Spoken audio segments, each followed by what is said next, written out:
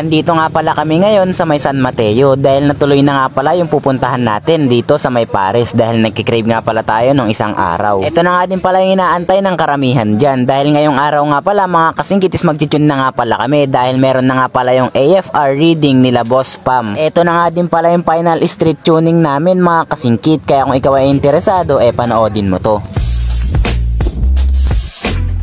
So what's up sa inyo mga kasingkit, ngayong araw nga pala samahan nyo nga pala ako dahil ngayong araw nga pala mga kasingkit is pupunta na nga pala tayo ng San Mateo dahil kakain na nga pala tayo ngayon ng Pares. Kung napanood nyo nga pala yung latest na vlog ko mga kasingkit napurnada nga pala yung punta namin doon, pero ngayon mga kasingkit is tuloy na nga talaga to. So paalis na nga pala tayo dito ng Santiago mga kasingkit and kikitain nga pala natin yung mga kasama natin doon sa may bandang palabas ng Rizal. Pero syempre una sa lahat bago nga pala tayo bumiyahe magpagas muna nga pala tayo. Nga pala mga kasingkit, iniimbitahan ko nga pala kayo na dumalo dito sa aming Balamban Dance Festival. Yan, gaganapin nga pala yan dito sa may Santiago. Yan nga po palang Balamban Dance Festival mga kasingkit, taon-taon nga po pala namin ginagawa yan. So ito nga pala yung dalawa nating kasama mga kasingkit, si Jason at saka si Miko. Pero syempre bago nga pala ulit natin ipagpatuloy yung video na to, sa mga hindi pa nga pala nakafollow sa ating Facebook page baka naman. So papasok na nga pala tayo dito ng Ramon. Ayan, so medyo malapit nga lang din pala yung San Mateo mga kasingkit, ilang minuto nga lang din pala mga kasingkit is nandirito na nga pala tayo sa may Ranyag. Pagkarating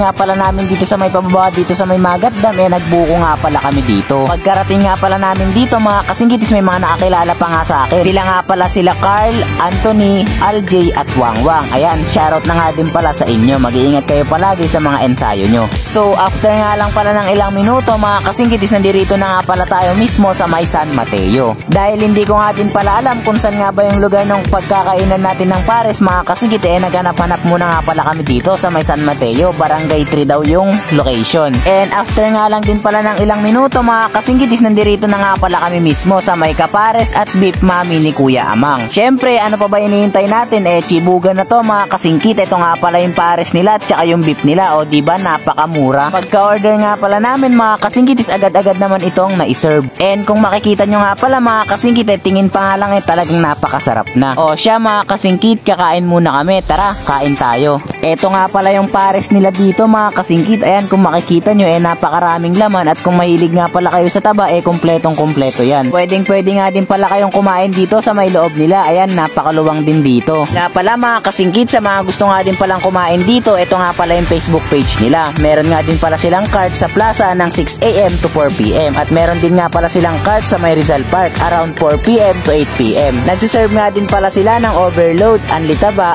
unli rice at with free soft drinks pa yan mga kasingkit sa halagang 114 pesos lang. Kung meron pa nga pala kayong mga katanungan i-PM nyo na lang sila sa Facebook page nila. So OTW na nga pala kami dito sa may Alicia dahil pupunta nga pala ulit tayo doon dahil ngayong araw na nga pala yung AFR reading natin at syempre yung final tuning na din natin. So ilang minuto nga lang din pala mga kasingkit is nandirito na nga pala tayo sa may Alicia. And sa mga nagtatanong nga pala dyan kung saan ako nagparimap, ituturo ko na sa inyo. Malapit nga lang pala sila dito sa may simbahan. Ayan, pag nandirito na nga pala kayo sa may simbahan dito sa may Alicia, kakanan nga lang pala kayo sa unang kanto. So after nyo nga palang kumanan dito sa kanto na to mga kasingkit is dire-diretsuhin nyo nga lang hanggang sa makarating nga pala kayo dito sa may tennis court. Pagkarating nyo nga pala sa may tennis court mga kasingkit, sa harap nga pala nito makikita nyo na nga pala dyan yung munting shop ni Boss Pam. Makikita nyo na nga din pala dyan yung iba't ibang karatula na nakadikit sa may gate nila. Pagkarating nga pala namin dito nadatnan nga pala namin sila na may binabaklas itong Aerox version 1. Overhaul nga daw pala yan at syempre magpaparimap na nga din pala si Boss. Ayan, ito nga pala yung ECU ng Aerox version 1. Ayan, isang karayom nga lang din pala yung kailangan na itusok dito. Hindi gaya sa may Aerox natin 4 na karayom nga pala yung tinusok sa ECU natin. Habang inaasikaso nga pala ni Boss Pam yung version 1 aasikasuhin nga din pala ni Boss LJ itong motor natin.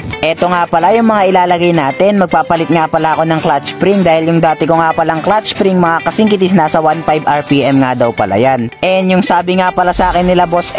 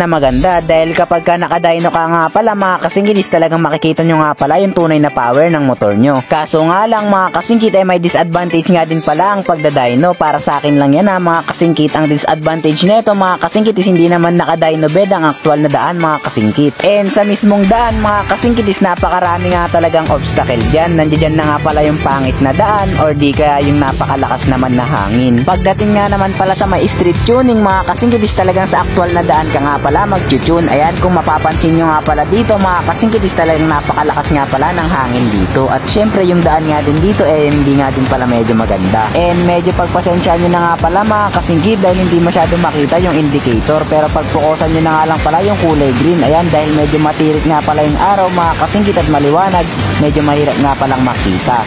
Pero meron nga pala dyan na indicator na nakikita naman siya. Ayan, kung makikita nyo nga pala yung kulay green na yan, nakapigkat yan mga kasingkit. Ganyan nga pala mag-street tuning si Boss LJ. At talaga nga naman batingan at subok na tong mag-tune si Boss LJ. And ito nga pala yung Facebook page niya mga kasingkit. Sa mga gusto nga palang magpa-tune, ayan, i-PM nyo lang yung Facebook page niya. At kung marami pa nga pala kayong katanungan about sa pagre-remap mga kasingkit is i-PM nyo nga lang pala yung Facebook page niya dahil mas marami nga pala siyang alam pagdating sa pagre-remap. At syempre, hikayatin ko na nga din pala kayong i-follow yung Facebook page ni Boss LJ. Ayan, legit na tuner yan mga kasingkit. Kaya kung makikita nyo naman sa pag-tune sa akin ay talagang solido. And sa mga nagtatanong nga pala dyan mga kasingkit, kapag ka nagpalit kayo ng aftermarket pipe, kailangan nyo pa bang i-remap? Depende nga pala sa inyo yun mga kasingkit. Kung gusto nyo mas safe yung AFR nyo mga kasingkit is ipa-AFR reading nyo. Kasi mga kasingkit kailangan nga talagang balanse yung air and fuel mixture ng mga motor nyo. Kasi nga kapag ka nagpalit nga pala kayo ng aftermarket pipe, impossible mag-lean yan.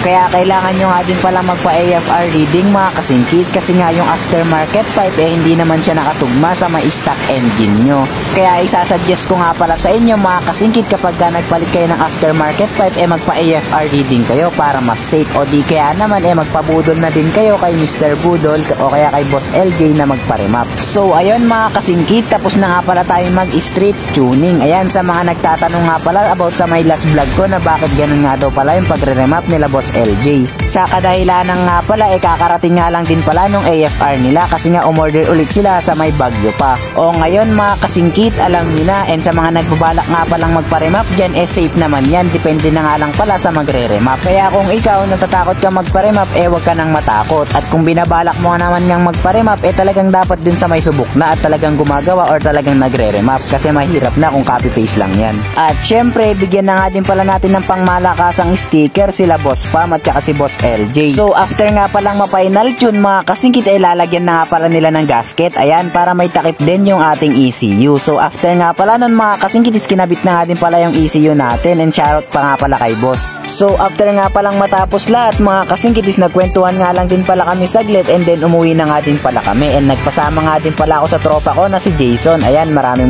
salamat nga pala sa'yo pre. So yun, hanggang dito na nga lang din pala yung video na to mga kasingkit. Salamat sa panonood. Ride safe.